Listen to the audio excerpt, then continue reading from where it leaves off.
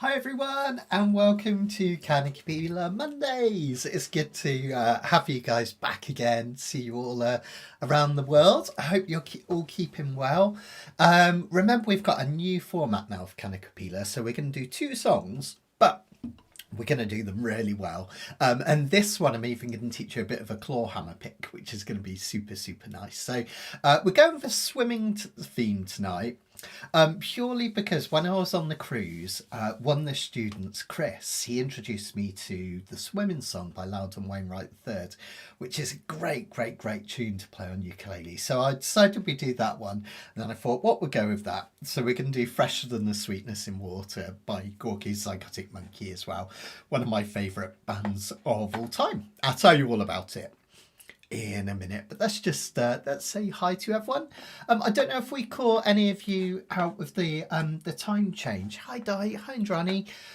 It's always awkward this time of year. It's not so bad at the moment because I'm not teaching, apart from my live lessons, I'm not teaching one-to-one at the moment. But when I used to teach one-to-one, it was always a nightmare with my US students because the clocks would go back in the US, or forward, isn't it? Spring forward. The clocks would go forward in the US, and then ours would stay the same. So it would get a bit confusing. Hi guys, hi Joe, hi Charlene, hi Pam, and then it would kind of stay the same for another couple of weeks, and then hours would go forward, and we'd have to change it all again. So yeah, it's all a bit of a pain, but you've all made it here, and that's the important thing. So, oh, there we go. Fran said time changes driving her crazy. Conflict for today's Kanikapila. We'll check the archive. Oh, no worries, no worries, and good taste there, Fran. Good taste. Hi Harry, hope you're doing well, mate. Hope you're doing well. Hope you've settled into normal life after the cruise. Someone couldn't believe I had a tan the other day, Harry. I was like, I didn't get it from sitting in the garden in the UK, that's for sure. Hi Linda, hi Karen. Fantastic. Ah, coming from the Southern Appalachian Mountains. Oh my gosh, I would love to go out there. I've wanted to visit the Appalachian Mountains for so long, particularly because of the music, but also the landscape and everything. One day I'll do the Appalachian Trail, which would be absolutely amazing. Hi Anthony, got your wonderful email today, by the way, so thanks for that. Hi David, you're more than welcome. You're all welcome here. So just before we get on with the first song, don't forget that your sheets, which will look like this, they're completely free to download. You'll find them via a link in the description or the comments or on Facebook. Thank you. That would be amazing. Honestly, it'd be amazing. We've got these available for free. So this has all your song sheets. And remember, we've got the kind of traditional way of doing Kanikapila where I talk about learning by ear, and we've also got the kind of the more modern way of putting things.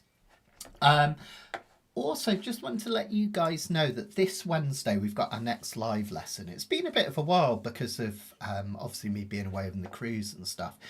So we're going to look at Moon River, which was the first chord melody I ever arranged. So when I really got into chord melody playing and then kind of arranging it myself, this was the first one that really kind of I got into, and it tested me, but it was great fun to do. Notice Sir Robin's there. So this is going to be the next one, Moon River, and that's going to be this Wednesday, and members get the worksheets for free, or you can download them as well.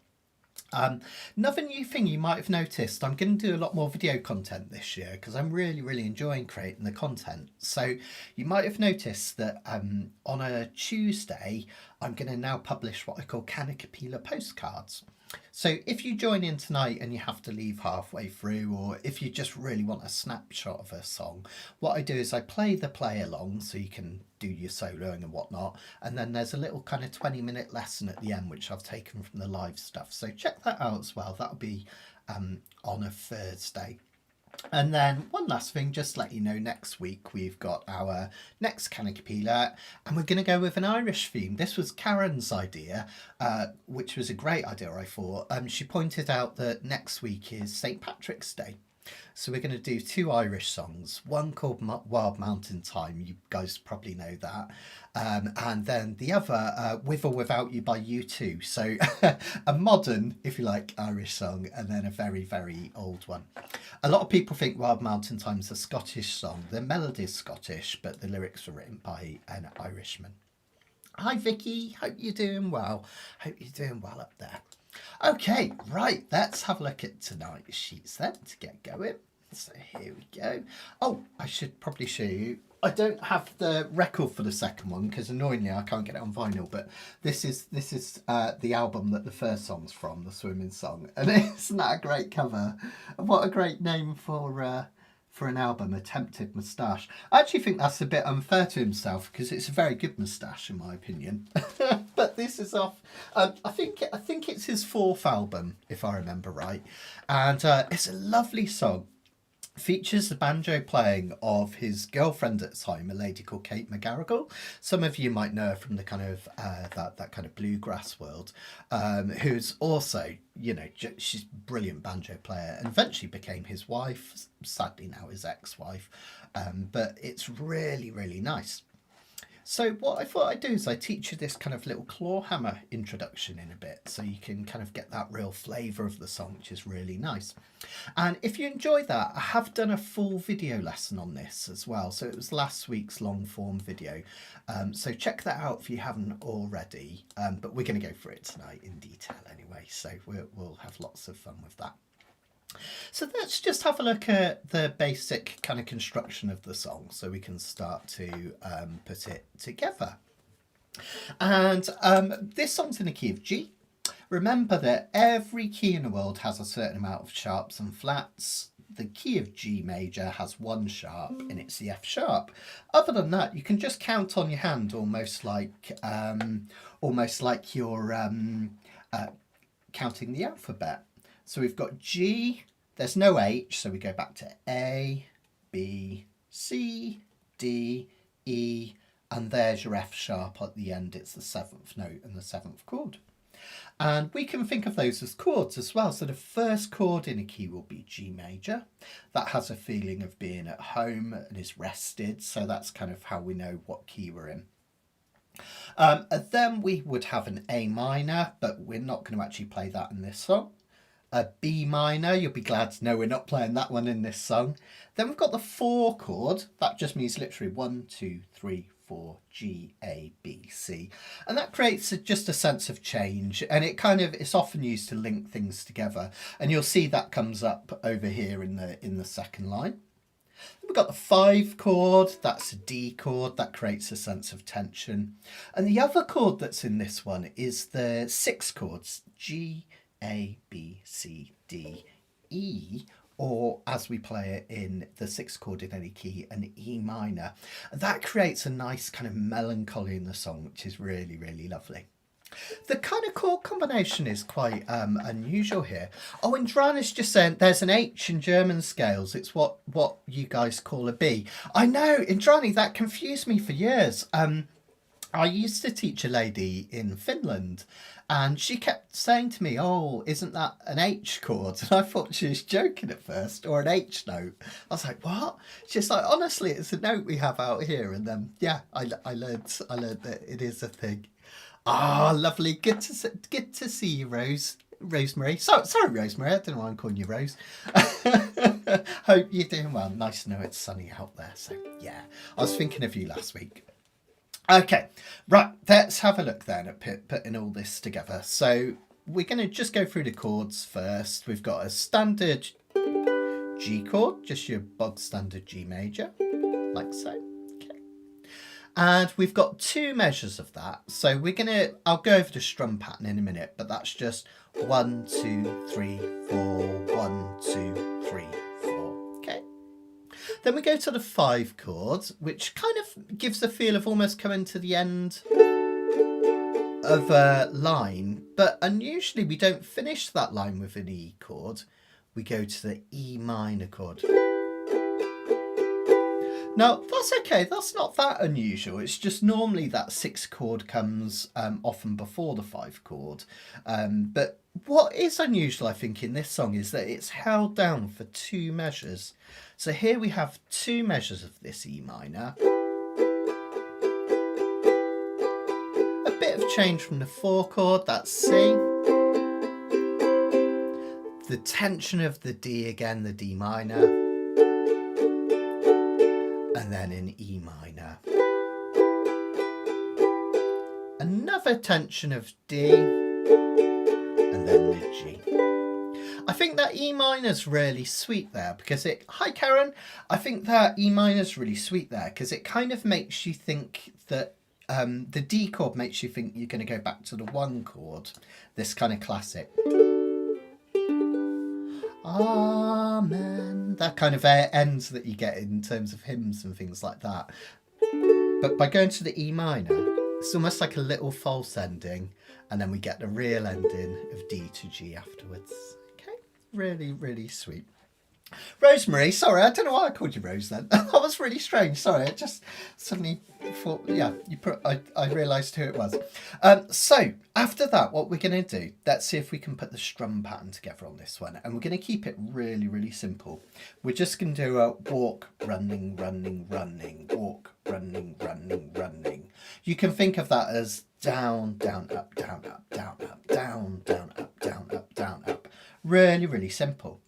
But the important thing to notice is when we're doing this song, we're not adding any swing to that. So when we do swing, we often do it without ever realising.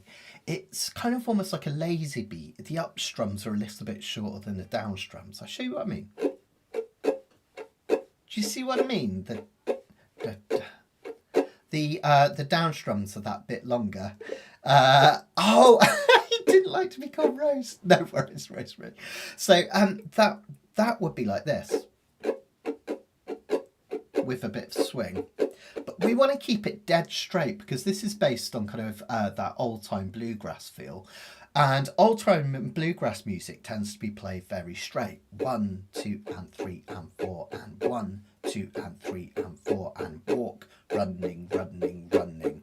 I'll do that again. It's quite a subtle thing. I'll show you the difference. So swing, walk, running, running, running, walk, running, running, running, straight, walk, running, running, running.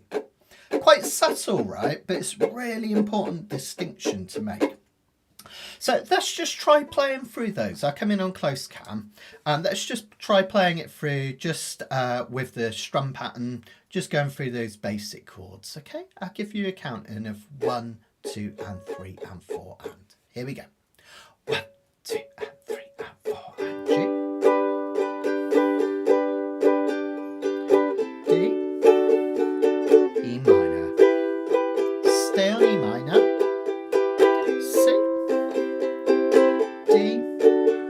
E minor, D, and G. Let's do it again. 2, 3, 4, G, D, E minor.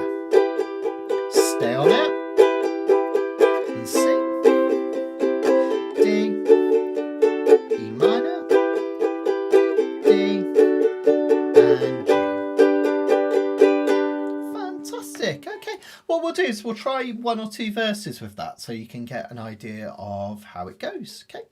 So I'll flip the page so you can see we've got it kind of written out the kind of the more modern way of doing things here with all the chords and the words together. Should make it relatively easy to follow.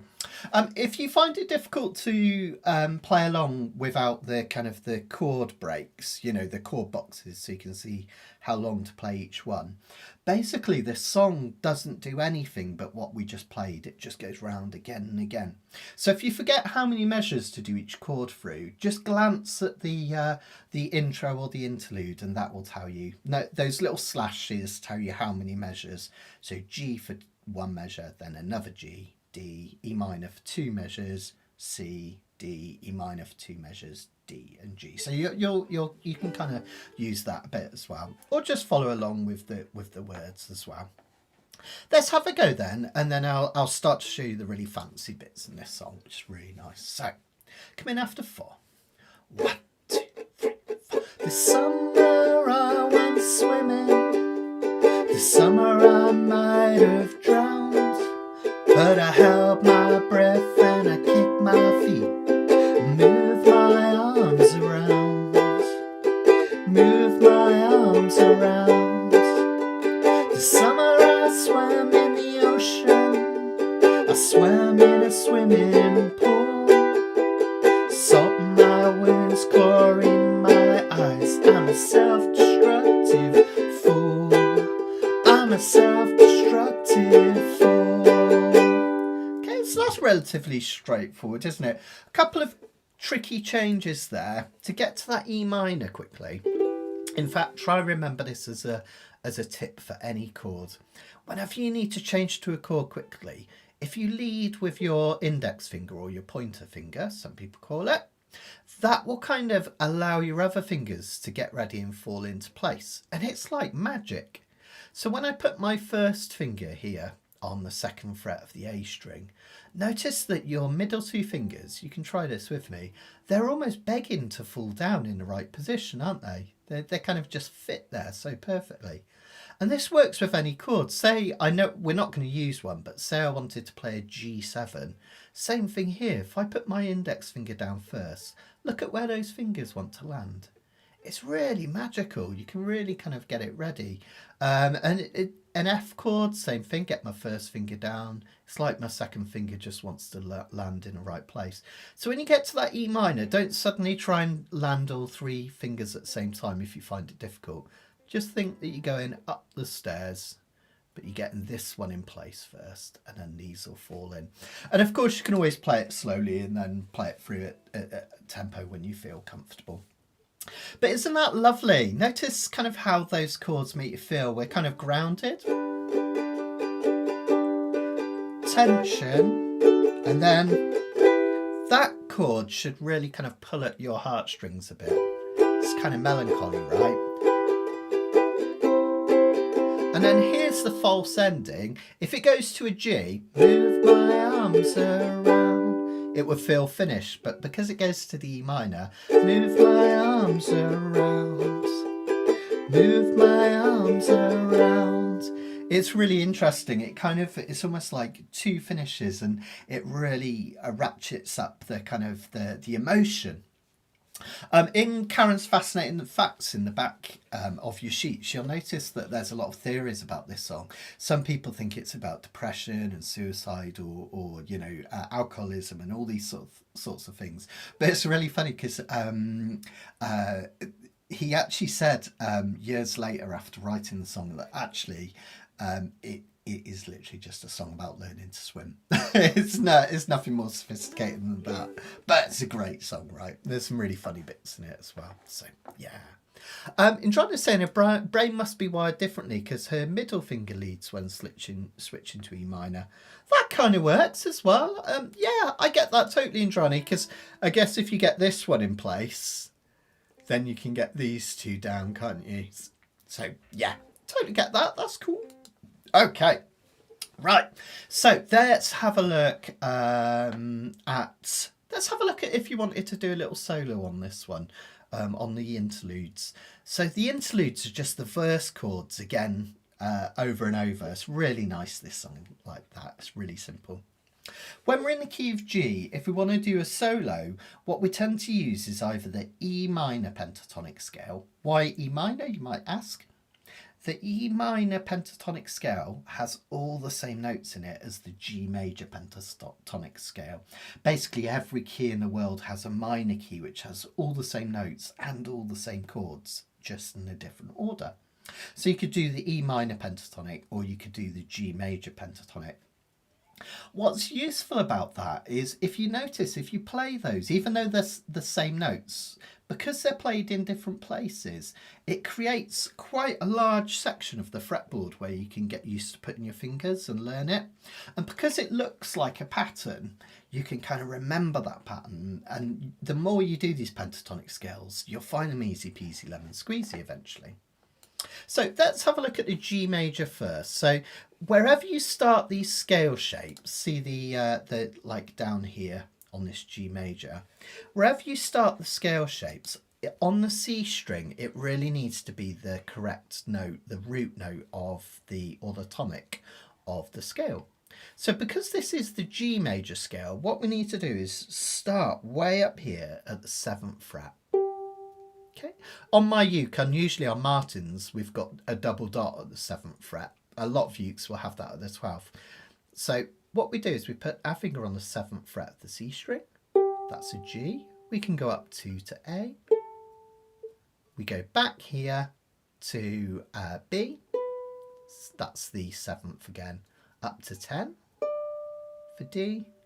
Back here once more for E, and up here for G.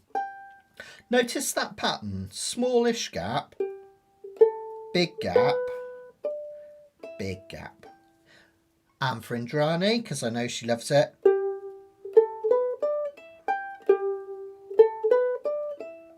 Okay, that's your classic My Girl riff.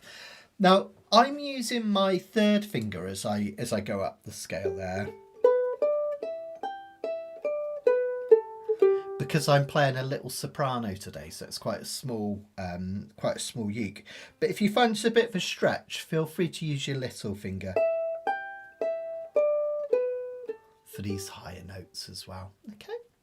Now, the E minor scale has all the same notes. It just happens to start from E. But notice we've got another pattern. We start it from the 4th fret of the C string, and we go up to the 7th. And then it's 5, 7, 5, 7. It's not quite symmetrical, but it looks almost like the G major pentatonic, right? But this time we've got a big gap, 2 smaller gaps. Whereas the G major, small gap, 2 big gaps. Okay, so that's really great. That means that we could already noodle. So let me just do a little noodle with a backing track to that, so you can kind of hear it in the background. And any questions of this, of course, please ask as we go along. Di's got one. Di's just saying, why are some notes red and others black? That's a great question, Diane. So that's because the ones in red are the root notes. So it just tells you when you're at the start of the scale and then at the end of the scale. So G to G, G, and then A, B, C, D, E, and then you're back to G again. We're not playing an F sharp in the pentatonic. But yeah, we just call those root notes. The reason they're useful is it just helps you find them quickly if you want to anchor. So if you're used to this scale shape, if you can anchor that first finger on that G note, it just makes it easier to spot, and then you can play through the scale. And then the same on the E minor scale. Notice it's the E and the E. Those are the root notes of that scale, so you can find them easily and play the notes within them. Sometimes not all diagrams will have them as red, but most will have them as square. Can you see how they're also a square as opposed to the circles of the other ones? They look like ovals, but that's just because I've stretched the diagram. But yeah, that's the difference. That's the difference. Okay, let's see if I can put a backing track on. I'll stay on close cam and I'll just have a little noodle. I'm not going to do anything special, just going to noodle a few notes from those scales.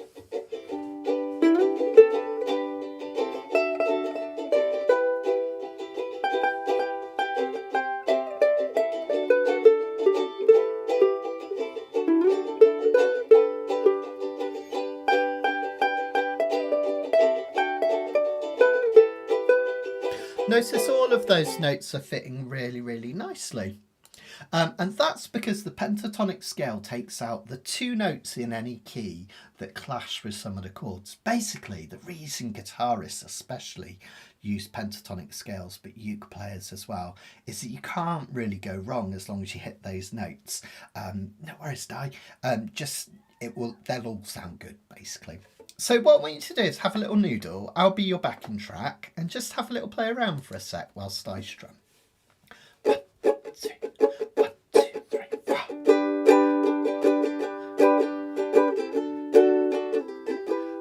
remember, if you find it hard to play all those notes, just pick 2 or 3.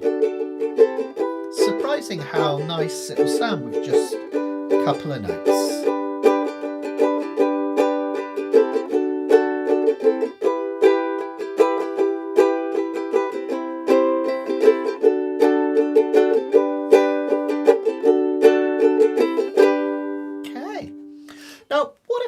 To make it sound slightly more sophisticated, some players like to use the full G major scale rather than just the pentatonic. Now, whenever you write a major scale out, and this is if you're interested in following on your sheets, this is way back, there's a lot of information today. This is on page 7 of your sheets. Because there are only 12 notes in a whole Western scale, and the major scale has 7 notes, that means there's more right notes that you can play than wrong notes. That sounds brilliant because it means that if you hit any random note on your uke, you're just about more likely to hit a correct note than you are a wrong note. The trouble is it's a little bit overwhelming. First of all, just to explain, the reason we often like to use the full G major scale rather than the pentatonic is that those notes that clash with some chords, they add a bit of spice. They're a little bit more interesting and it allows you to hit more notes. But you have to be a bit careful. If a note sounds wrong, just try not to stick on it too long and just pass on to the next one. But it's really nice. It adds a bit of spice and a bit of flavour. But it's overwhelming, right? We've got all of these notes like all over the place that we can play. So remember, just like we did last week, let's look for patterns. And what I tend to do is look for patterns on the E string. That's the 3rd one from the bottom, because remember, like your uke, we hold these upside down when it comes to reading, a bit like we do with tab. So the E string is this one, 2nd from top, okay? And the A string, which is the one nearest the floor on your uke. And the reason that we use those strings quite a lot is they contain the highest pitch notes, so it really cuts through. And also, they actually contain most of the notes that you can find on your ukulele, so it's really great how much you can do with those. And what I do is I actually look for patterns, and there's some really cool simple patterns here. Can you see that on the E string, if we go from the open E, we've got an open E, which is no fingers at all. Then we've got an F sharp at the 2nd fret. That's the blue dot on this line at the start. Then we've got a G at the 3rd. We've got an A at the 5th. Okay. Now you can pay attention to the note names, but just notice there we've got off, 2, 3, 5. Okay. Look at the notes on the A string. Off, 2, 3, 5. You can play the same ones. How cool is that? You can even go up one higher on both strings. Look at that. 7th fret has a note from the scale on both as well. So if you can remember that when you're playing in G, you can hit off, 2, 3, 5, 7. So that's off 2 and then your dots, right? And you can hit exactly the same on the A string. That means you've only got to remember those notes and you can play in the key of G major, which is really cool, right? So if I do that backing track again, this time I'll stay down there and play so you can see how it works. Here we go. Oh, I need to put the track back to the start. Sorry, guys.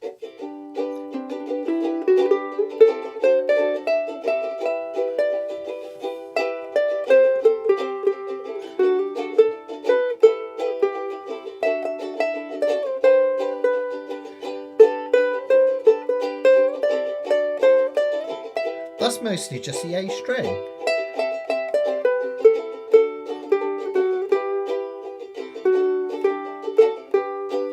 So isn't that cool that if you can just remember that and you'll start, the more you do this, the more you'll start to be able to do it in other keys. You'll be able to solo in the key of G. How powerful is that? It's really enabling, isn't it? So let's go back then. And I should have said empowering. Enabling sounds a bit weird, doesn't it? Thinking about it. Let's go back then and I'll play some chords. I'm just going to do the chords here. And you can either use these diagrams here to do the pentatonics, or you can use those ones we were just doing on page 7 down the bottom. Okay, but I'll go back to the start just in case anyone's just playing chords so they can see what I'm doing. Let's give it a go then. Have a little practice. 1, 2, 1, 2, 3, 4.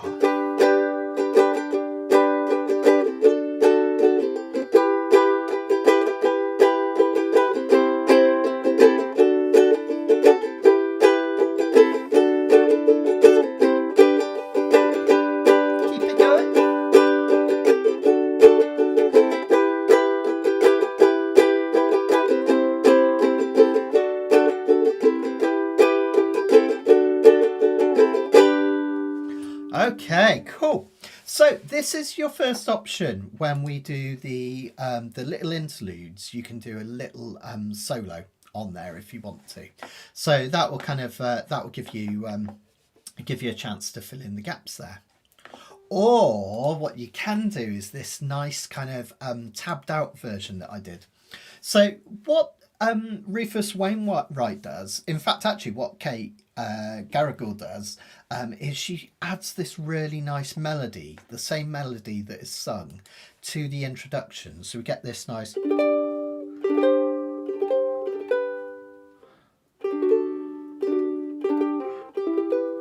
You kind of hear a little bit of the melody come through. And that's what we're going to do here. Now, these tabs might be really hard to see if you're just doing them on the screen, but of course you can print these out or download them completely for free as well here, so you've got them. But let me talk you through it, because it's not half as hard as it looks, basically. What we're doing is we're starting with a G chord here, and we're putting our finger on the 5th fret of the A string. It's a bit of a stretch up here. And the reason we're doing that is it gives us this high D note in the melody. Okay. Then the next thing we're going to do is keep that shape down. Just bring your finger back to the 3rd fret of the A string. And then we play one more of those and then take our finger away. So in effect what's happening on the A string is 5, 3, 3, 2. I say 2 because even though we're taking the finger away, we've still got this finger on the 2nd fret. Okay.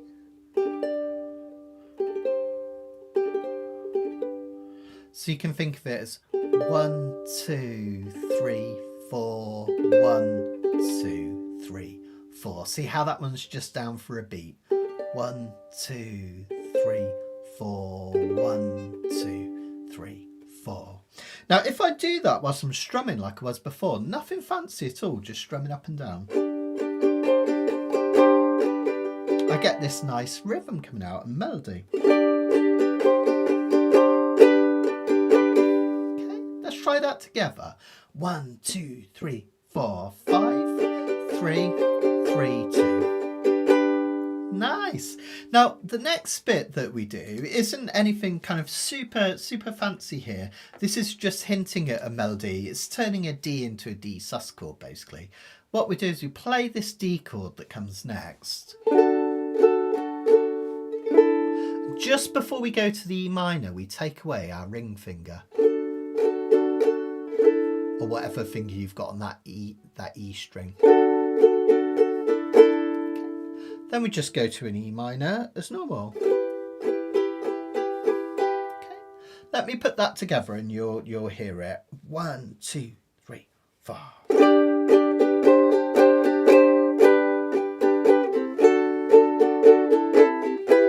Okay. Really simple so far. Then we just strum as we were before. We're going to do a C5 here in this version, which is just a C chord with this G note down. If you're interested, we call it a C5 because it only contains C notes and G notes. And those are the 1st and 5th notes in the scale of C. Don't sweat the theory, but that's why it's called a C5. So 2 fingers down like that. And then on the next bit, we're just going to turn these Ds into D sus2 by putting our finger off and on again, slightly earlier than when we did it a minute ago. And then we do it again to a G. Try that with me. You'll soon get the hang of it. If you're not sure yet, just have a watch and a listen. 1, 2, 3, 4.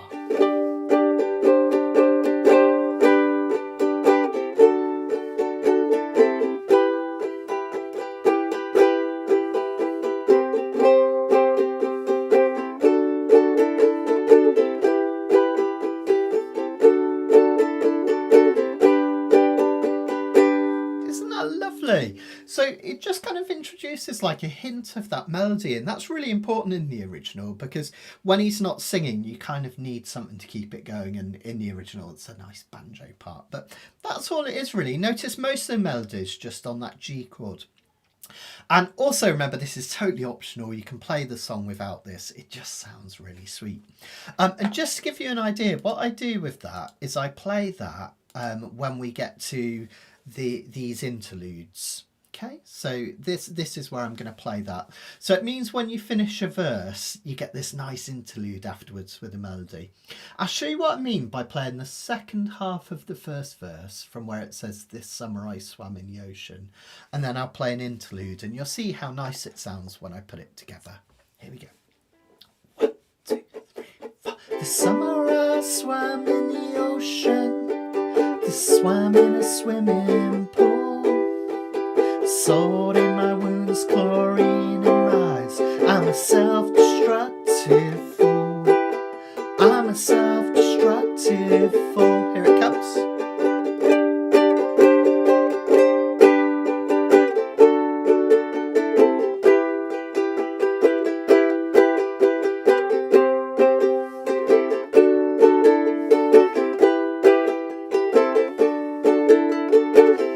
I just do another verse. This summer I did the backstroke, and you know that that's not all. So basically most of the song is just using this little, it's almost like a riff, or just strumming, which is really nice. Now there's one more thing you can do if you're feeling really brave, or if you're up for a challenge, and it's so much fun. I've also done a Clawhammer version of this. Now, again, this is a lot to teach in one short lesson with the two pieces. But let's. Oh, sorry, guys, just trying to find the right page. But let's have a quick look at it. So this is the Clawhammer style one. This is basically doing exactly what we just did, but with a Clawhammer pick, which I'll show you in a sec. That kind of. Almost makes your uke sound a bit like a banjo, which is really nice. You've probably seen this style played by people like Aaron Kime, Lil Rev and James Hill, who play a brilliant Clawhammer style as well. And what we're doing with Clawhammer is something called the bum ditty. Basically what it means is our fingers are coming in towards the uke on the first beat. Okay, so basically the nail side of this index finger is going to come down towards the uke and hit the A string. This one nearest the floor, right? Okay. Notice it's coming in towards the uke and then hitting the string. And sometimes you might accidentally hit the soundboard, and that's absolutely fine. Okay. Then notice that my thumb is staying on this G string. It's not coming down here or up here. It's staying here. Then I'm going to do a strum down with the nail of this index finger. And again, notice I'm resting my thumb on the top string here. That's really important. See that?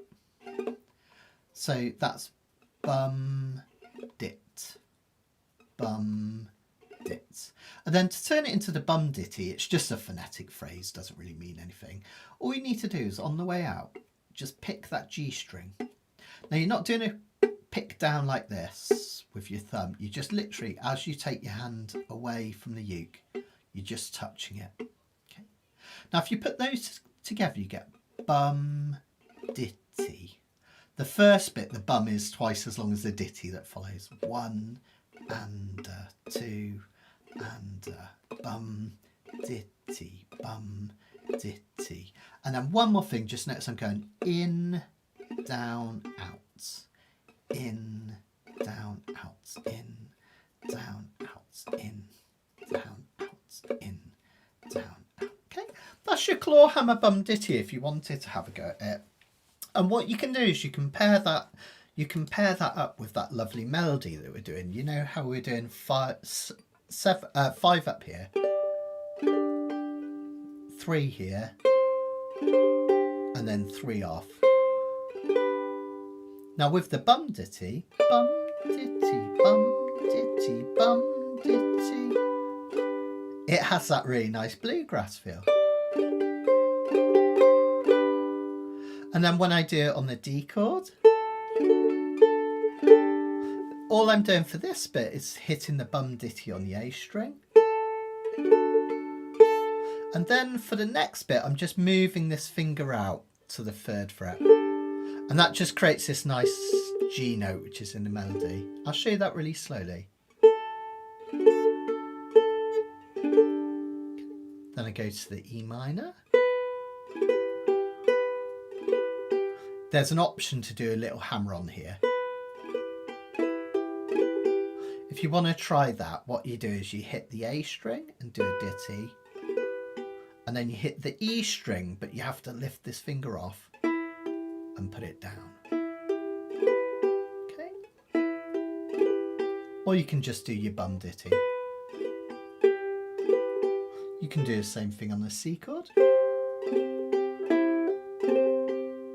Same on D. And then you can just keep it going. Okay. I won't go through the whole thing because people will get, if you're not following this and you just want to strum, you'll get really fed up.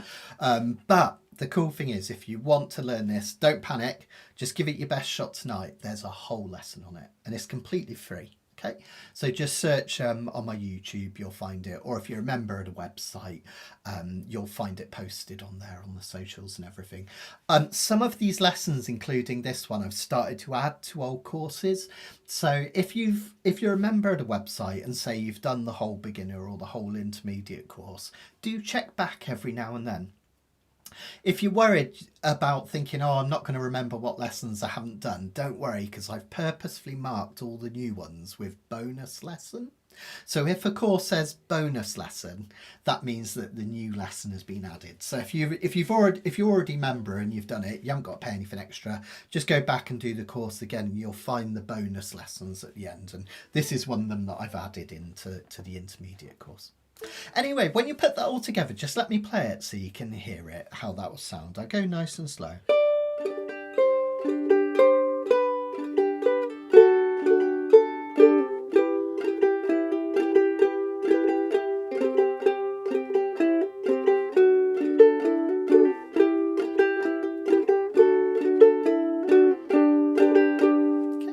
And you can play that for the introduction, and you can also play it for the outro. That's what I like to do. You could, if you're feeling really confident, even do that for little interludes, but I find it easier to do the strummed version in the interludes. It kind of holds it all together a little bit better.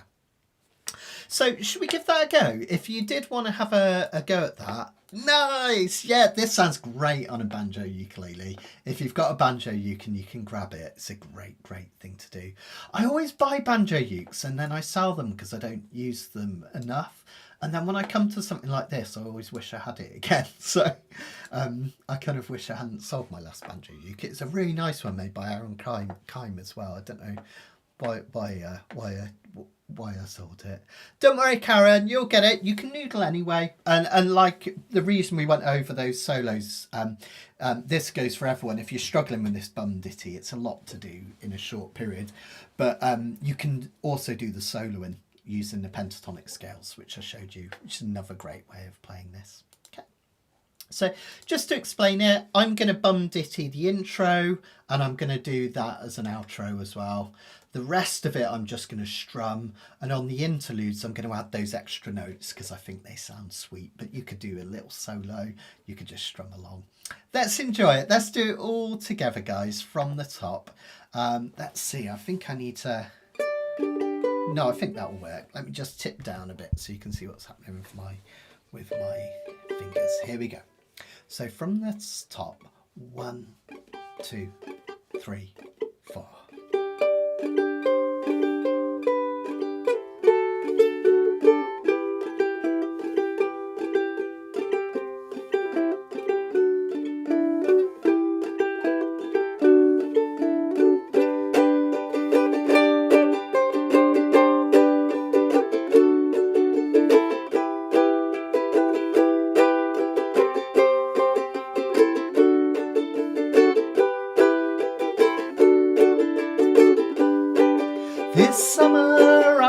was swimming. This summer I might have drowned, but I held my breath and I kicked my feet and I moved my arms around. I moved my arms around. This summer I swam in the ocean. I swam in a swimming pool. Salt in my wounds, chlorine in my eyes. I'm a self-destructive fool. I'm a self-destructive fool.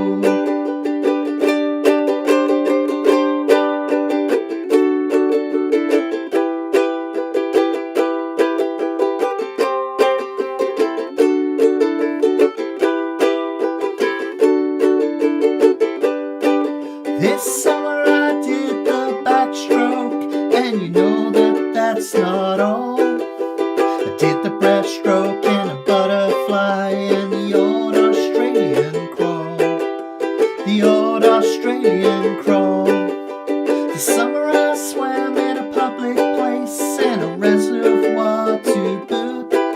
At the latter I was informal, at the former I wore my suits. I wore my swimming suits.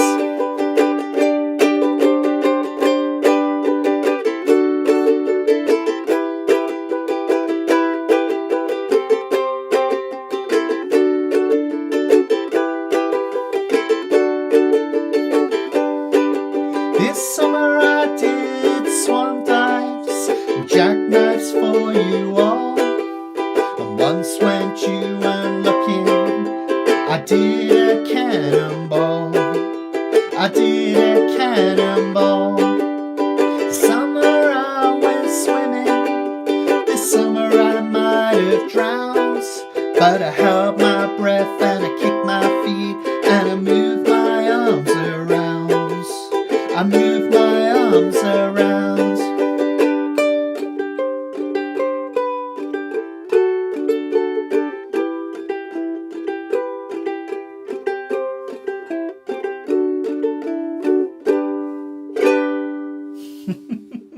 I hope you enjoyed that. It's a fun song, isn't it? Really, a really fun song and a great one to try for sure.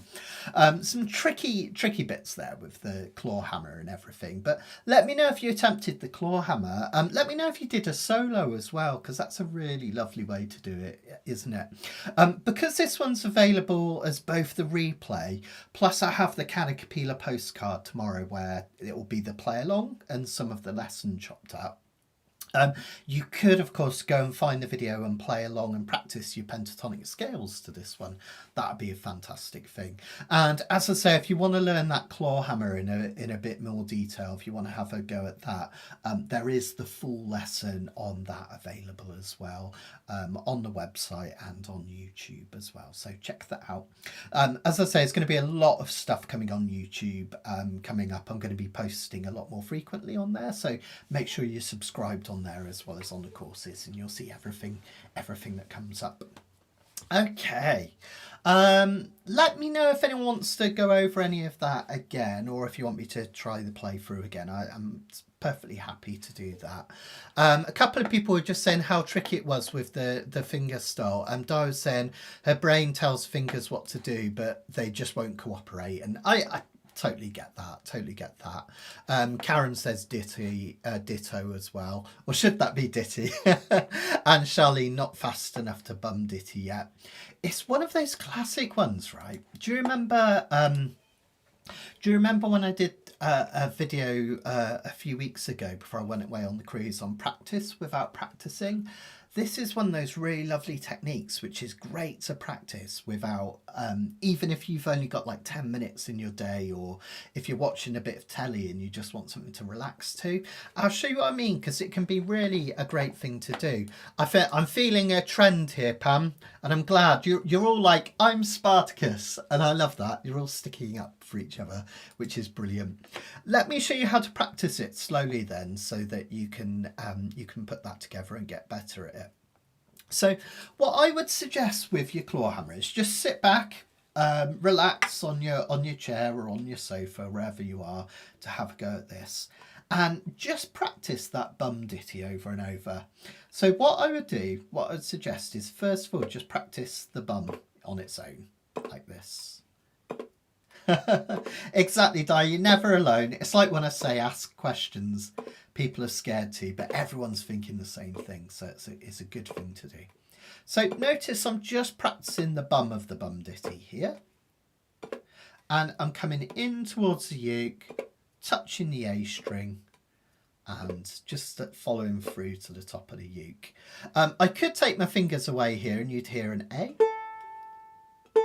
But say you wanted to practice this quietly in front of the telly and you didn't want to bother your partner or your dog or your neighbour, whatever it is, you could just practice this. Then practice putting that together with the dit of the ditty. So you're going to go bum, dit, bum, dit. And you want to do this for a good 10-20 minutes a day. Get really comfortable with it. Notice I'm coming in towards the uke and I'm strumming down, but the key thing, look at my thumb. When I do the bum, it lands on a G string. When I strum down, it lands on a G string. And it's like my finger's in this claw shape the whole time. It doesn't change shape at all. The biggest mistake people do with clawhammer is they do this, and then when they come down, their thumb's down here, and that means then they've got to move it back up again. But if you imagine that thumb staying up there, okay, and then to finish it, all you need to do is take that thumb away. And the important thing is to notice that I'm coming away from the uke, because that means when you do your next bum, so to speak, giggle giggle, you're coming in towards the uke. So in effect, in, down, out, in, down, out, bum, ditty, bum, ditty. And what you want to do is literally practice that fast. Just keep it going.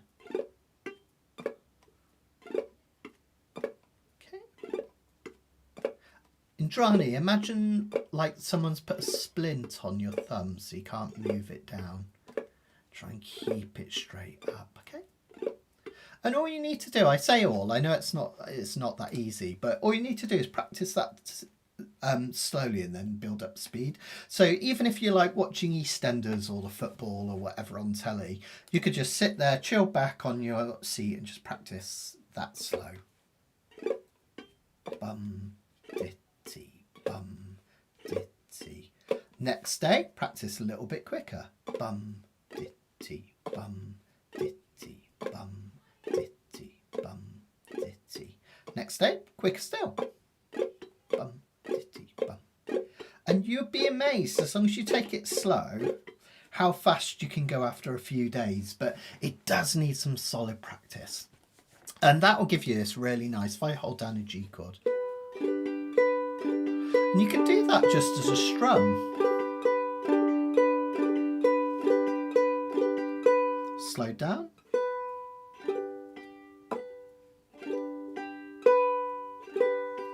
And then to get those lovely hammer-ons, what you do is you do, on your bum, you do your finger off the string, and then you push it onto the string, quite forcefully.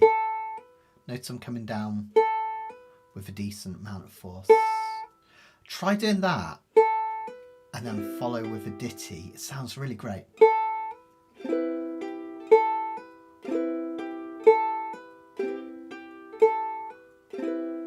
If I do that whilst holding a G chord down.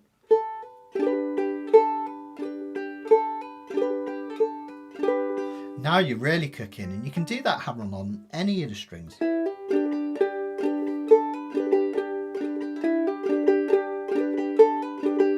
Isn't that lovely? Now remember, I've got whole videos just on this, so check out the one that I did last week on this specific song, but there's also one on Wildwood Flower that I've done that's on my website. I think that's on the Next Steps course. There's a couple on the fingerstyle course, and there's another of I'll Fly Away, which is really nice as well. So really have a go at that, see if you can get into it, and just enjoy it. It's a great technique once you've got it.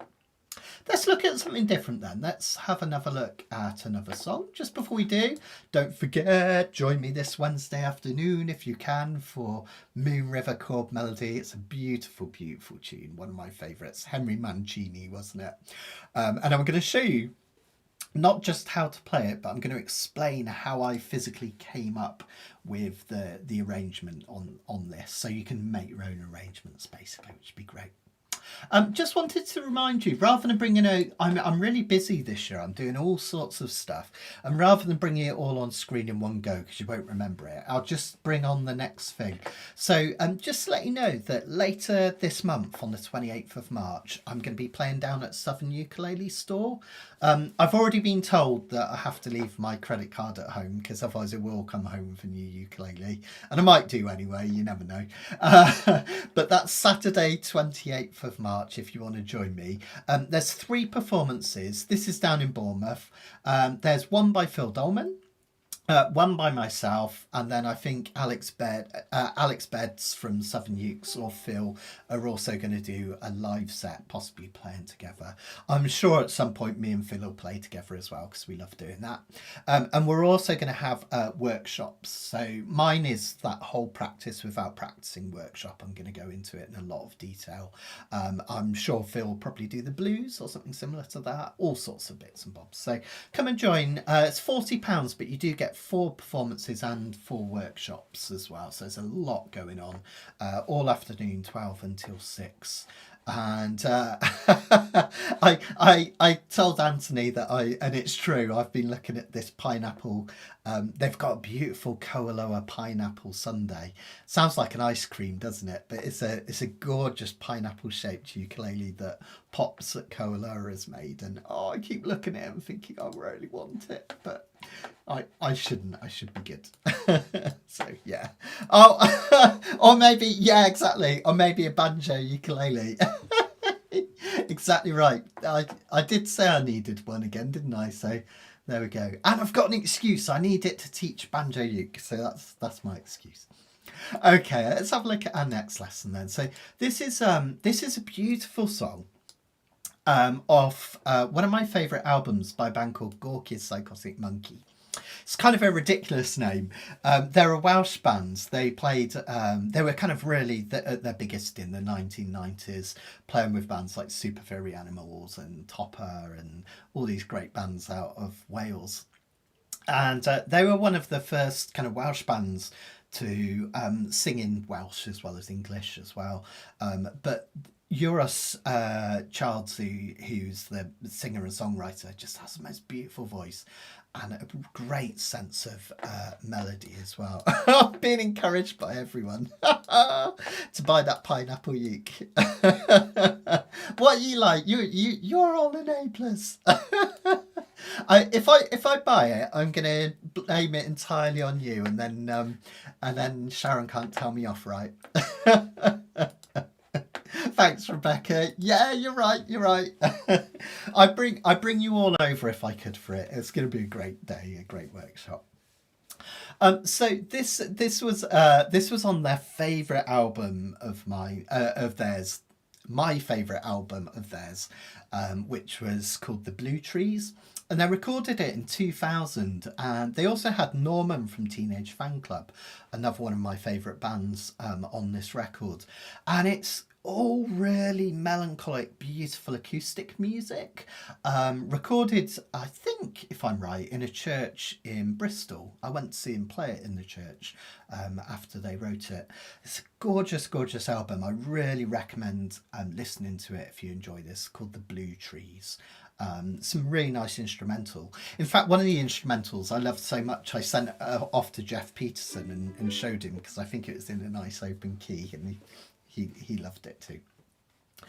Now this one, it was actually written originally in 1970 by a band called Honeybus, but I'm going to do the kind of Gorky's style one because it works so well on ukulele. If we have a look at the chords, there's a tough one that comes up in the chorus, but the verses are really easy peasy, lemon squeezy. Okay. What we're going to do is just start up and down strum again. But this one does have a bit of swing, so instead of dead straight. Imagine every time you strum down, your fingers got stuck in treacle, and the up strum's slightly quicker. 1 and 2 and 3 and 4 and 1 and 2. Just like that, up and down. Okay. And just like before, we're going to count these measures in 4/4 timing. It's common time, this one, so we just count them in 4/4 again. That will make it sound like this. If I'll do a verse because the intro is just G over and over. 1, 2, 3, 4. 1, 2, 3, 4. 1, 2, 3, 4. C. A minor. C. Back to G. Join in with me. I'll count it along with you. G, 2, 3, 4. G, 2, 3, 4. C, 2, 3, 4. A minor. 2, 3, 4. C, 2, 3, 4. C, 2, 3, 4. G, 2, 3, 4. Notice even though it's got an A minor chord in it, it's a little bit more upbeat than the last one that we did in terms. Doesn't feel quite so sad as the last song.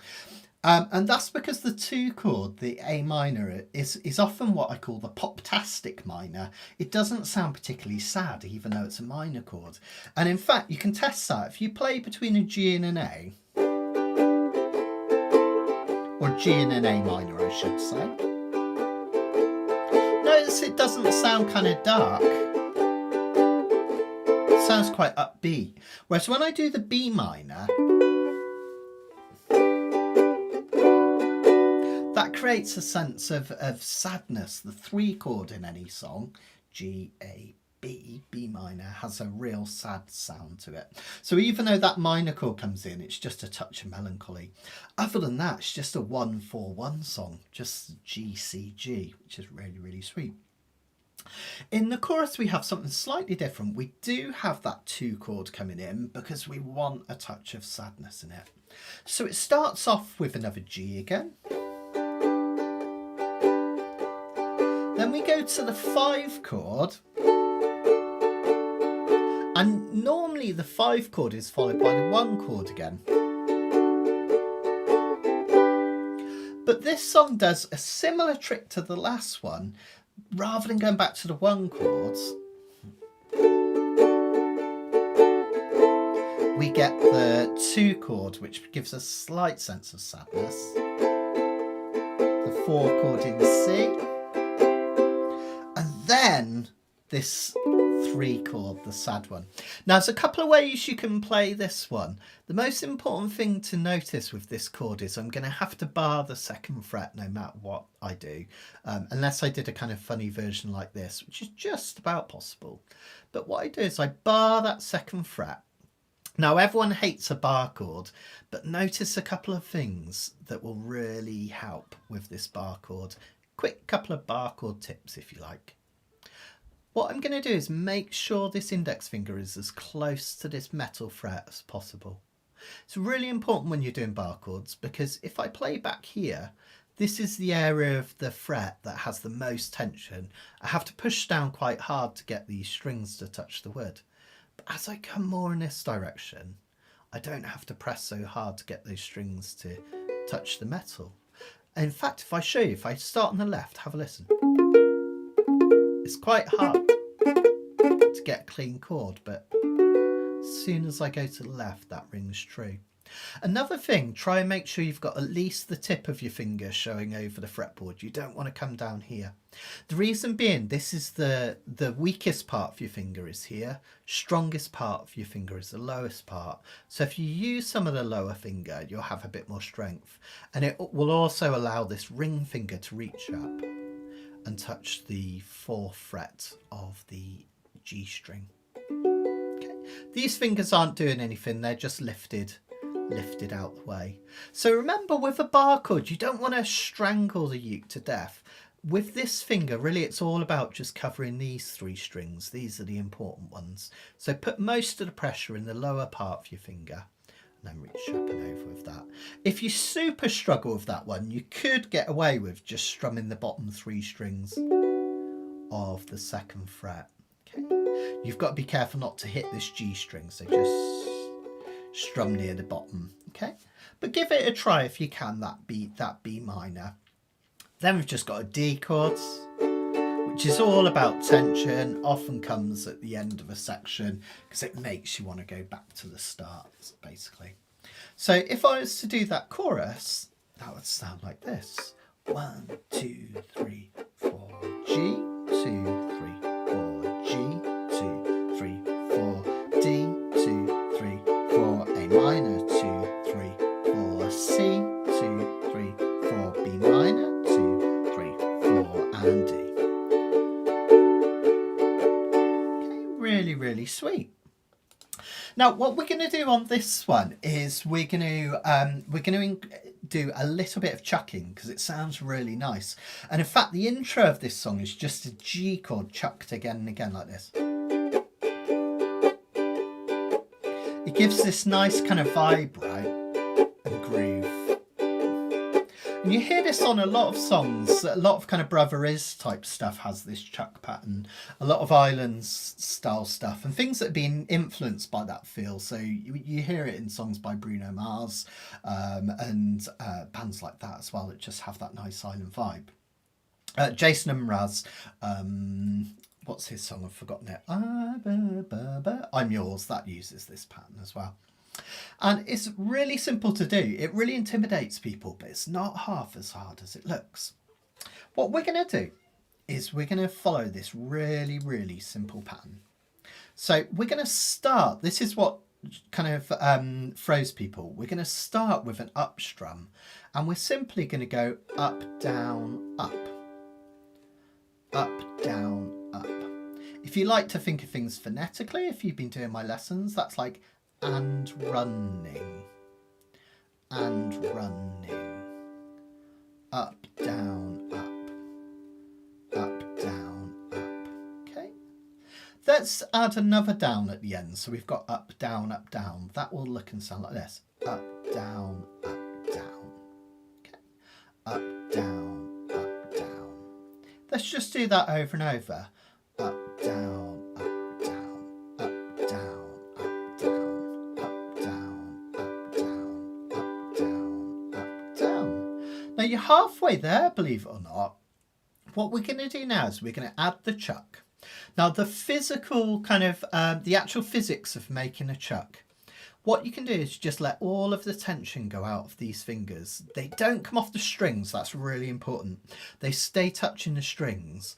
But I don't press. If I press, I get G chord. If I let all the tension go out my fingers, I get a chuck sound. Okay? Now you could just do that.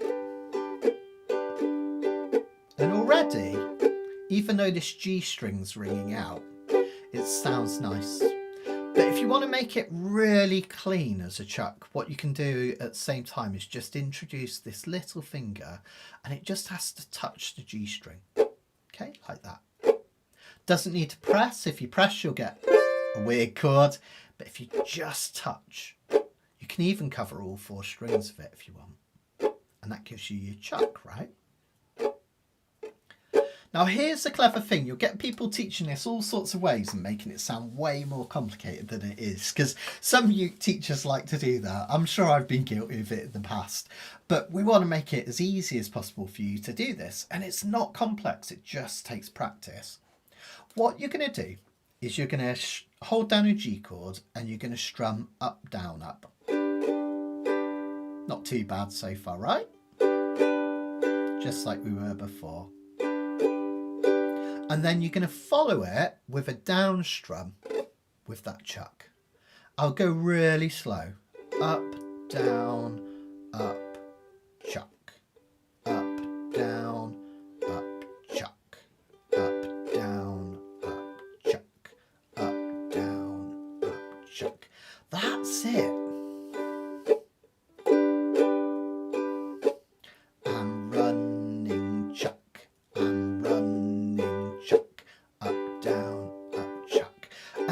Just like we're doing the Clawhammer, if you practice that a little bit every day, speed up as you go,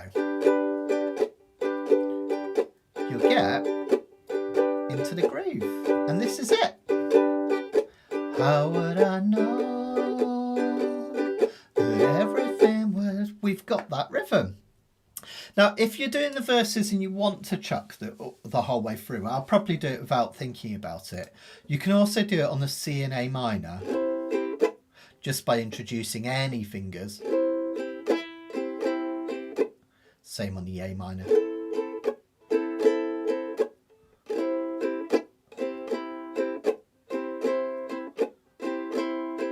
But what I would do is just practice it on the G chords for now, just to get used to it and just to give it a go. There's a lot of debate, and one of my catchphrases, as you guys might know, is if it feels good and it sounds good, it is good. One of the debates is some people prefer to chuck with this hand.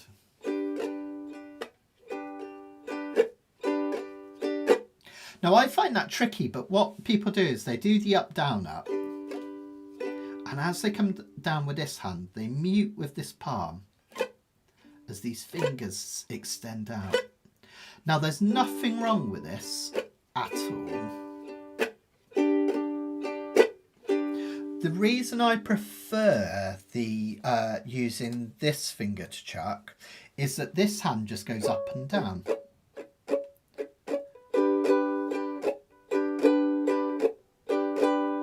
And that means you can hold your groove better because you haven't got to think, what is this hand doing? It literally just goes up and down. And then in your brain, you think up, down, up, chuck, up, down, up, chuck, up, down, up, chuck. All right.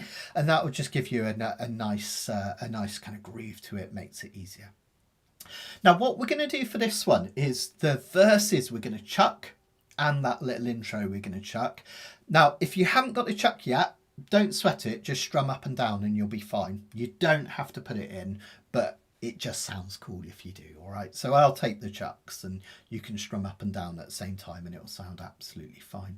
But what we're going to do is we're going to chuck in the intro and verse and the outro, and the chorus we're just going to do a normal calypso strum. That's just a down, down, up, down, up, down, down, up, down, up. You can just strum normally up and down there as well. That'll be absolutely fine. But if you want to, just a bit of a calypso strum, sometimes called the island strum. What that does is it kind of differentiates from the verse and the chorus. I'll show you. See if you can kind of spot it as I play. How did I know? Sorry, let me get into rhythm. How did I know that everything would seem so clear? It's when I saw you standing here, fresher than the sweetness in water. And just as the light will help to shine the way ahead, I heard it all in what you said, 'cause what you got is sweeter than water. And then I stopped chucking here. Let me take you there. Let me sing my song. 'Cause now you know where I belong. And how did I know? So did you notice how when it went to the chorus, because I stopped chucking, it had like a different feel to it? That's something that I'm really passionate about. If you can do something different on verses and choruses, it really lifts them. Because of course when a band plays, the drummer does something different, the bassist does something different, maybe an electric guitar comes in or another instrument. But we're solo instruments, all we've got, you know, is this one ukulele. So if you can vary it a bit, it sounds fantastic. Karen, that's fine. Yeah, that release chord method works well because you don't really hear the G string that much anyway, and it's just about the rhythm. So even if you don't use your pinky at all, if you just use that release, you'll still get the sound of that chuck, which is a lovely thing to do. Oh, thanks, Mary. Really appreciate that. Wonderful lesson on left hand chucking. Yeah, it can be quite tricky, can't it, when you're left-handed, and you have to kind of, do you hold the uke the other way or hold it the traditional way? But yeah, it's great when you can use the fret in hand to chuck, because it takes off a lot of pressure with that other hand, doesn't it?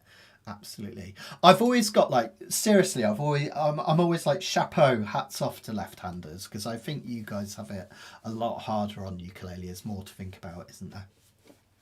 Okay, so that's basically it in terms of this one. Now, you can also do a solo if you'd like to. There isn't much of an instrumental verse. There's a slight one here if you wanted to have a go at it. Now, this song's in the key of G major. So you can either do two things. You can either do the G major scale, which we were looking at earlier. And just a reminder, look for patterns. So for this one, we can play open E, 2nd fret, 3rd fret, and then your next two dots, 5 and 7. And exactly the same on the A string. Off, 2, 3, 5, 7. Okay? Whoops.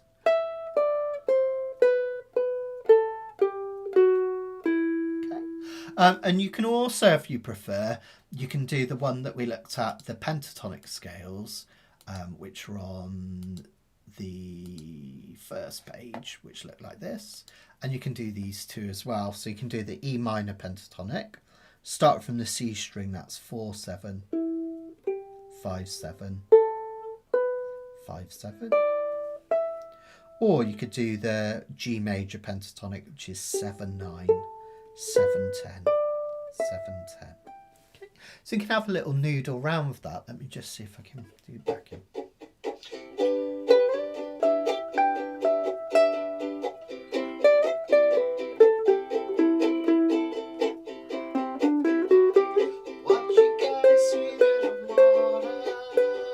So just have a little noodle. Notice that you heard my voice singing. That was me on the recording. I just literally just record a backing track on my iPad when I do that, if you ever want to do it yourself.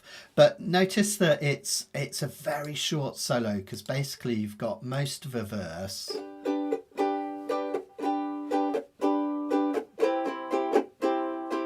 And then when we get to this C chord, the words come in. What you got is sweeter than water. And then that takes you into the next chorus. Anthony's just saying, could you play fingerstyle with this, Matt? Yeah, absolutely, you could. So this is in 4/4 timing. So what you could do is an inside-outside pick. So I like to use my thumb on the C string, index on E, thumb on G, index on A, inside, outside, inside, outside. That sound really nice through this. It'd sound like this. How did I know that everything would seem so clear? It's when I saw you standing here, fresher than the sweetness in water. That'd be really nice. Or you could do a thumb pick, followed by nails on the bottom 3 strings. 1, 2, 3, 4, 1, 2, 3, 4. Thumb pick, thumb pick, pick, pick, thumb pick, pick, pick. How would I know that everything would seem so clear?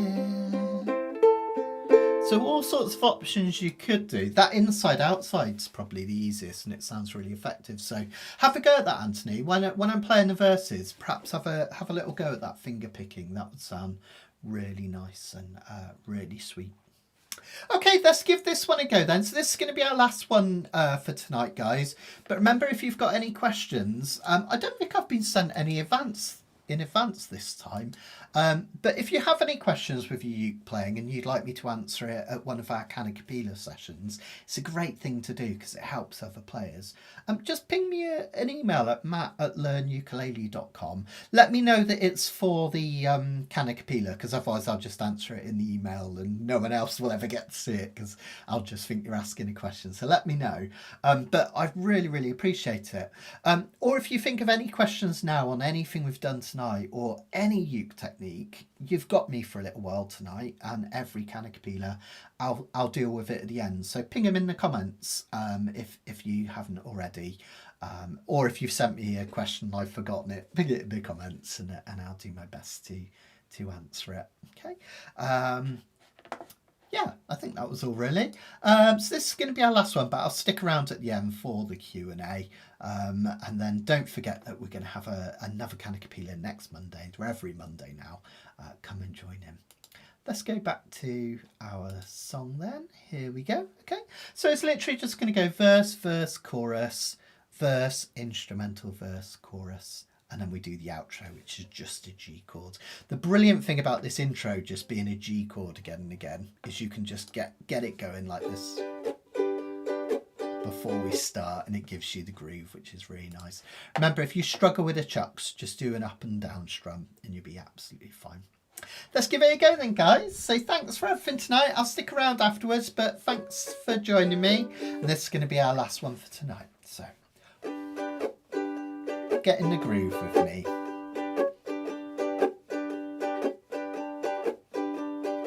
How did I know that everything would seem so clear? As when I saw you standing there, fresher than the sweetness in water. Just as the light will help to shine the way ahead. I heard it all in what you said.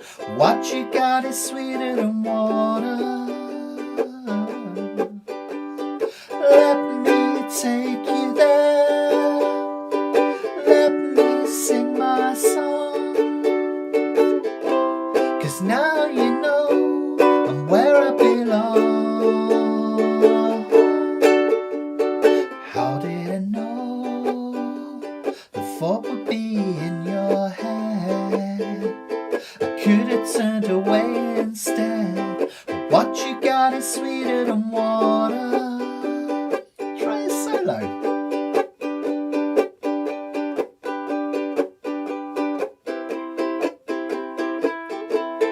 Hit those pentatonic notes.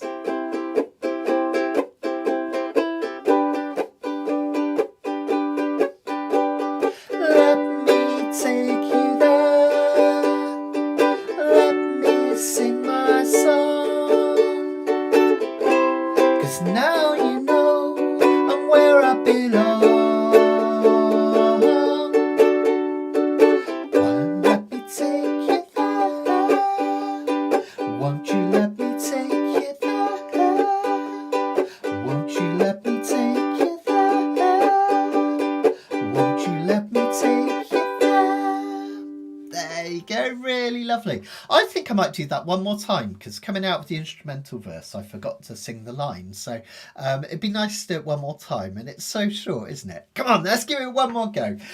If you don't want to, think of some questions for me for the end of this. All right, but let's try it one more time because I'm enjoying this so much. Here we go. How did I know that everything would seem so clear?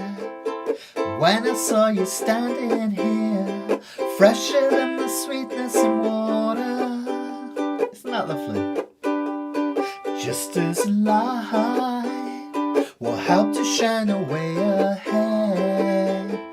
I heard it all in what you said, 'cause what you got is sweeter than water. Let me take you there. Let me sing my song. 'Cause now you know I'm where I belong. And how did I know the thoughts would be in your head? I could have turned away instead, but what you got is sweeter than water. Try an instrumental. Hit those solo pentatonic notes.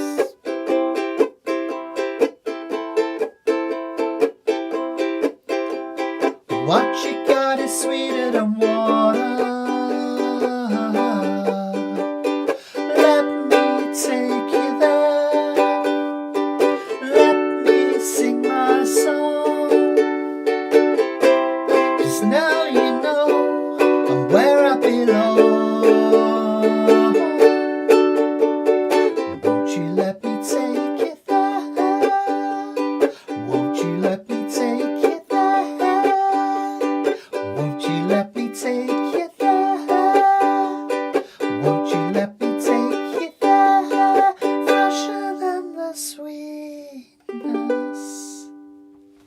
There we go. It's a great song, isn't it? Absolutely fantastic. Have a listen to the original by Honeybus as well. You'll find it on YouTube. But the version that I love, as I say, is on Blue Trees by Gorky's Zygotic Mynci. Brilliant, brilliant band and brilliant, brilliant song. There's a beautiful song on that album. Oh, what's it called? With a face like summer. Oh my gosh, it's just so beautiful. The end just has this refrain that goes round again and again. I know that's where it begins. And it's just so beautiful. You should really, really have listened to it. You probably find it on Apple Music and things like that. So have a look. So yeah, thanks, Karen. Yeah, if you could hit the thumbs up on this one, that would be amazing. Thumbs up and thumbs down are really important in YouTube because they kind of, you get a percentage between the two. So more of you that give me the thumbs up, that helps other people to discover me. So thank you, I really, really appreciate it. Anthony's saying finds finger clicks help to keep up. Nice, yeah, getting into that groove. I can't do it in this room because I've got a really heavy rug down. But when I used to play and do my lessons in the uke room, I used to have love having a laminate floor because I could tap it with my shoes. That's a really nice thing to do as well. Thanks, Di. Thank you. It's a great song, isn't it? Really, really lovely, and the different versions of it are wonderful as well. So brilliant. Pam saying thanks, that's fun. So many techniques to practice with one simple song. Enjoyed it. That's brilliant, and that's the idea of this new format, Pam, and everyone. Thanks, Jenny. Really appreciate that. Thank you. Thank you.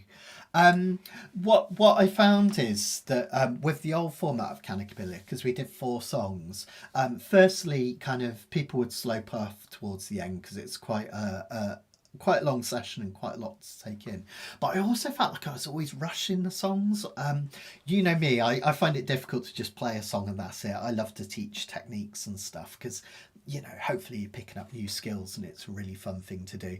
So with the new Kanikapila, the idea is we can look at things like that extended G major scale. Someone asked me once why we didn't do more major scales, why we did pentatonics so often.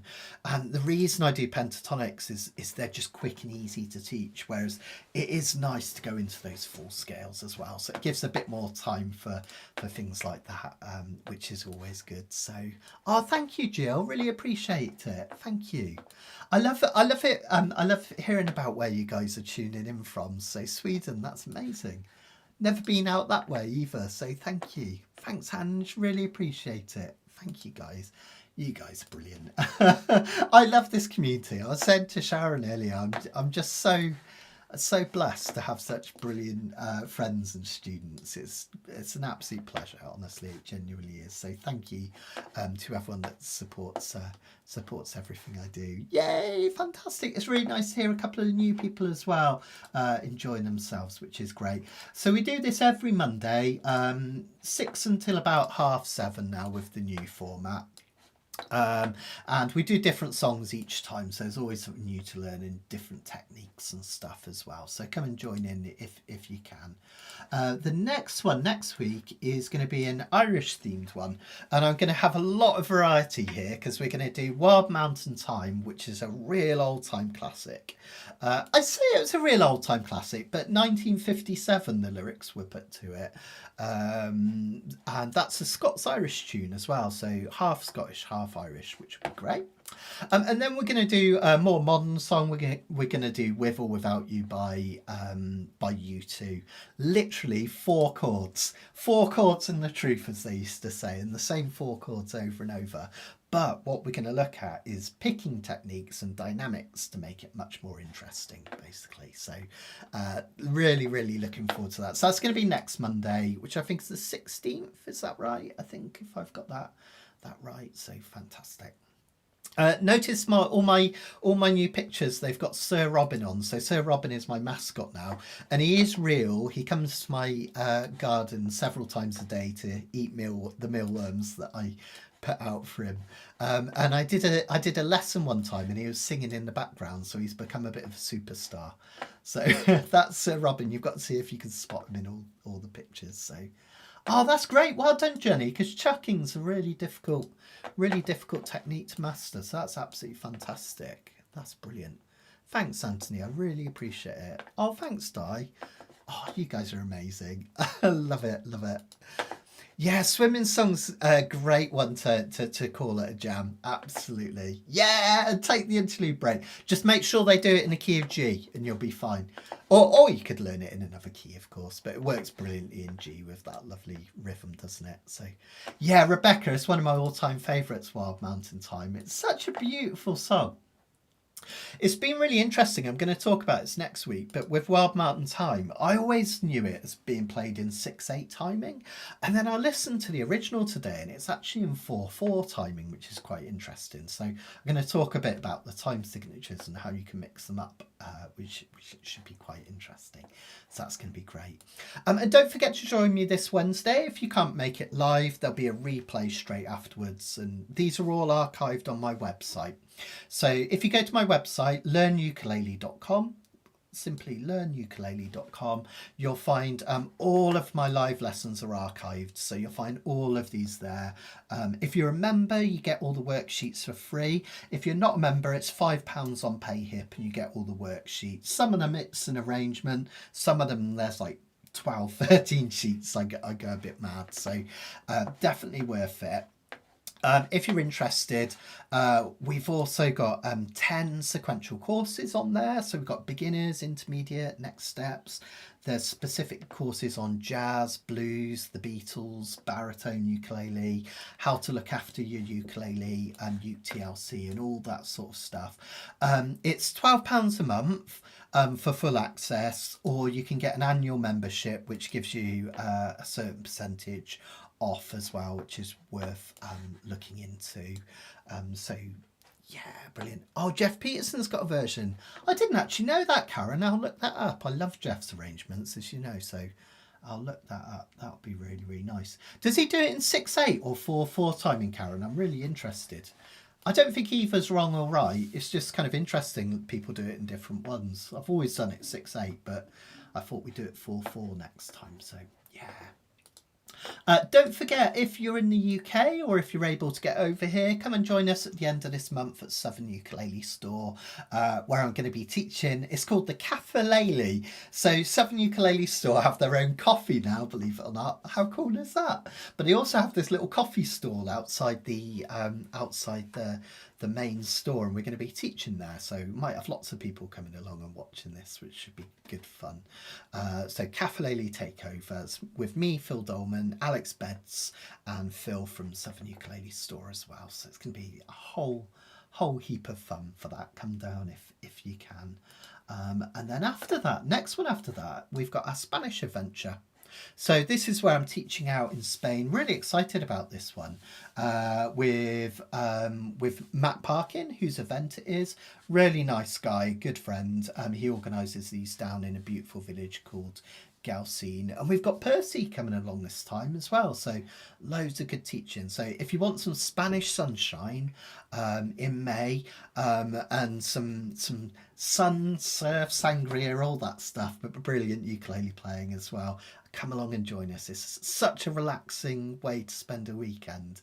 Beautiful village to look around. They have an art trail and all sorts, and you can hang out with us.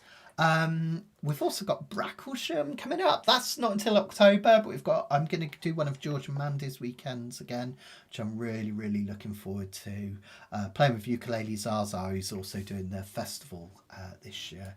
And of course, don't forget, we've got tickets on sale for the cruise as well for next year, which I think I've got down here, which I'm crazy excited about. And if anyone's interested, remember that we've got some single cabins for next year as well. It's quite possibly going to be the last one that we do of this. I think Donna, who runs the ukulele cruises, is finally thinking of retiring, which would be sad for the rest of us, but good for her and Harry. I think you guys have earned your time off, haven't you? So this might be your last chance to come on a cruise. So come and join us February 6th to the 14th for the Caribbean Ukulele Cruise, which is going to be a whole heap of fun as well. Brilliant new ship as well, Celebrity Excel, which is going to be fantastic. This year was it was just, I mean, they're all incredible, but this year was just amazing. We had an amazing time. It's fantastic. So float on a boat with Matt. I like that. Nice one, Harry. I like that. Thanks, mate. Thank you. And oh yeah, I teased a Liverpool trip for 2027. Do I know what month it will be? You'll keep it open. I honestly don't know yet, Charlene. It's kind of down to the cavern and what they've got available, and they're not the quickest at getting back to me. I know I can be a bit slow at times, as Harry will tell you. But yeah, I'm waiting on a few things. But hopefully it will happen in 2027. I'm excited about it. Charlene, what Charlene was just asking about is I'm organising a trip up to Liverpool, which would be for people from UK, but far beyond. You can fly in for it as well. And we're going to have a whole kind of weekend in Liverpool, or you could do a day. It's up to you. And we're going to do like the Beatles Museum, the Beatles tour. We're going to do the tour around the whole city. So we'll go to Penny Lane, Strawberry Fields, John Lennon's Aunt Mimi's house, all this stuff. And then at the end in the evening, which I'm really excited about, we're going to do an open mic and a jam at the Cavern Club. So you'll actually get to play on stage where Paul McCartney has played many, many times. Really exciting. So, oh, and apparently Jeff does 4/4 time for that one for a Wild Monson time. Thanks, Karen. You're a star. Brilliant. So I'll keep you posted on that. But as soon as I know, yeah, I'll definitely let you know, because I know it's going to be pretty exciting, isn't it? It's going to be great. I'm going to be as excited as you guys. So you know how much I love the Beatles. Hence, I am the walrus tonight. Okay, guys, well, I'm going to love you and leave you. Have a wonderful week. If I don't see you, join me Wednesday if you can for our next live lesson. If not, I will hopefully see you next Monday for our next Kanikapila with our St. Patrick's theme. I'll see if I can get a green hat. Much love. Take care, everyone.